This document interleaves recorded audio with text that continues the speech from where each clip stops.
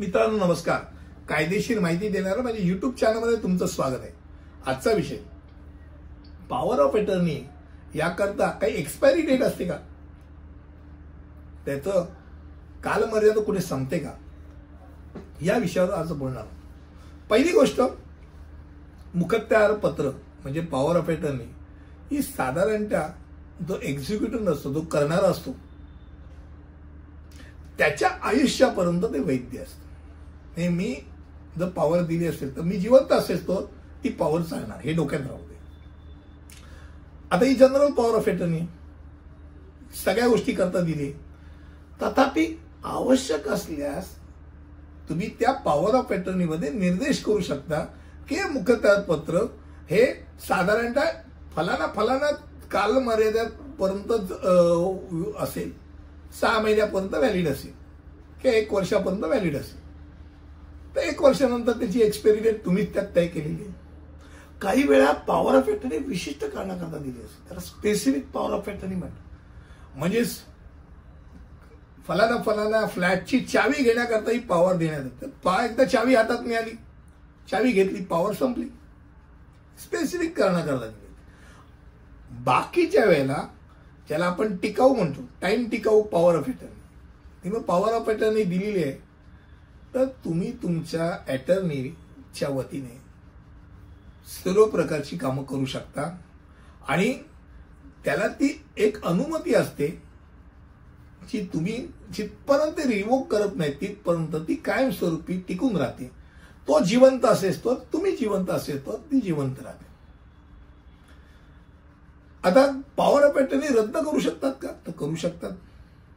Power of attorney मध्ये खास करून प्रिन्सिपलचं म्हणजे जो करणारा त्याचं निधन झालं, आपोआप ती रद्द होते. किंवा त्यांनी बदलली, इच्छा बदलली की नाही मला तुझी पॉवर ऑफ अटर्नी मी तुझ्याकडनं दिलेली होती ती रिवोक करतोय, माघार घेतोय.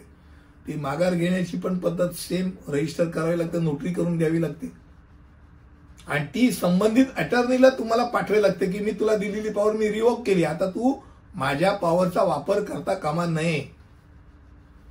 ते वापरता येणार नाही. भारतामध्ये पॉवर ऑफ अटर्नी हे जो करणारा एक्झिक्युटिव्ह आहे त्याच्या जिवंतपणा काळापर्यंत अवैध असते. तो कधी रद्द करू शकतो. तो दिवाळखोर झाला, तो वेडा झाला असं त्याला घोषित केलं गेलं की अटर्नी दिवाळखोर झाला किंवा वेडा झाला तर ती पॉवर ऑफ अटर्नी शून्य होते किंवा ती शून्य आहे असं मानलं जातं. पण रद्द करण्याची एक प्रक्रिया आहे. जसं एक कॉन्ट्रॅक्ट आहे एक प्रकारचं. 1872च्या कॉन्ट्रॅक्ट लॉ प्रमाणे पीओए रद्द करण्याचे विविध मार्ग आहेत. एक तर आपोआप दोघांपैकी एखादा मृत्यू झाला तर आपोआप रद्द होतो. वेडेपणा किंवा मी मगाशी म्हटल्याप्रमाणे दिवाळखोरीत निघाले तर ते रद्द ठरतं.